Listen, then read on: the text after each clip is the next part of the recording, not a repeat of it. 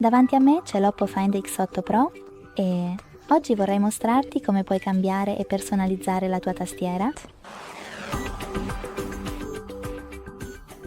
Inizia cliccando su quest'icona di una tavolozza di colori in alto, poi seleziona uno di quei temi cliccando su quello che ti piace di più, gestisci i tastieristi e premi applica.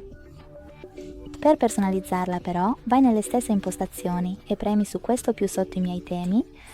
Per toccare una foto che desideri utilizzare come sfondo della tua nuova tastiera, pizzicalo per ridimensionarlo, trascinalo per spostarlo, seleziona, avanti, regola la luminosità e premi Foto. Poi gestisci i tastieristi e scegli applica. Grazie, mille per aver guardato. Se ti è piaciuto questo video lascia un mi piace, commenta e iscriviti. Ciao!